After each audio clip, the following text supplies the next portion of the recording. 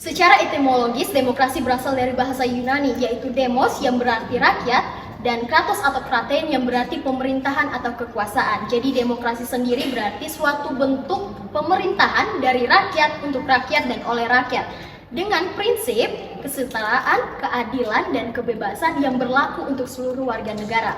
Ciri-ciri dari demokrasi adalah adanya perwakilan yang disepakati oleh rakyat sendiri, adanya aktivitas politik yang disepakati lalu tertuang di dalam undang-undang dan juga pemilihan umum, dan keputusan-keputusan yang dibuat bersama tertuang di dalam undang-undang dasar.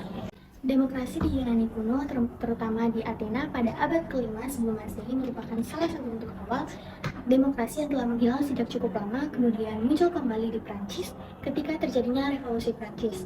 Kemudian, dikarenakan rakyat yang tidak senang terhadap pemerintahan yang absolut, Prancis kemudian menghadiahkan patung Liberty yang berarti kebebasan yang dibangun di New York sebagai simbol penyambutan kepada para pencari kebebasan. Setelah berakhirnya Perang Dunia Kedua, demokrasi dianggap sebagai pilihan terbaik yang didukung oleh seluruh negara di dunia, termasuk negara Indonesia yang telah memproklamasikan diri sebagai negara demokrasi atau negara yang berkedaulatan rakyat. Yang berikut yaitu sejarah demokrasi di Indonesia sampai reformasi. Yang pertama yaitu masa parlementer yang terjadi pada 1945 sampai 1959. Pada masa ini dimulai ketika Indonesia merdeka yang mulai menonjolkan partai-partai politik dan juga peran-peran parlemen. Yang kedua, demokrasi terpimpin terjadi pada 1959 sampai 1965. Pada masa ini terjadi penyimpangan terhadap Pancasila dan juga Undang-Undang Dasar 1945. Contohnya seperti Nasakom. Yang ketiga yaitu demokrasi Pancasila, di mana Pancasila sebagai landasan demokrasi, namun terjadi penyimpangan juga seperti KKN. Dan yang terakhir yaitu masa reformasi yang terjadi pada 1998 sampai sekarang ini. Pada masa reformasi ini menginginkan tegaknya demokrasi di Indonesia sebagai bentuk koreksi terhadap penyimpangan-penyimpangan pada masa lalu.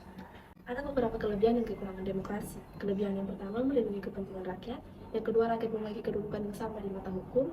Yang ketiga, menghindari adanya monopoli kekuasaan di tangan penguasa. Yang keempat, kemungkinan kecil terjadi pemberontakan oleh rakyat.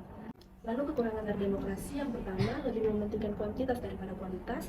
Yang kedua, adanya penyalahgunaan waktu dan dana publik. Yang ketiga, memicu adanya kediktatoran mayoritas terhadap minoritas.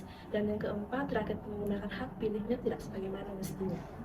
Kasus yang kami angkat diambil dari kata NDT pada 7 April 2022, yang dimana Yunus Sekolah merupakan tersangka utama dalam kasus korupsi PDAM di Kota Kupang dengan sebesar 6,5 miliar.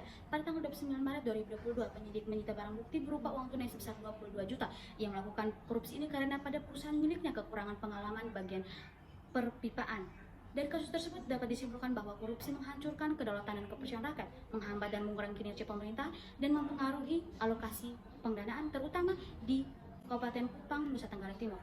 Sekian dari kelompok kami. Terima kasih.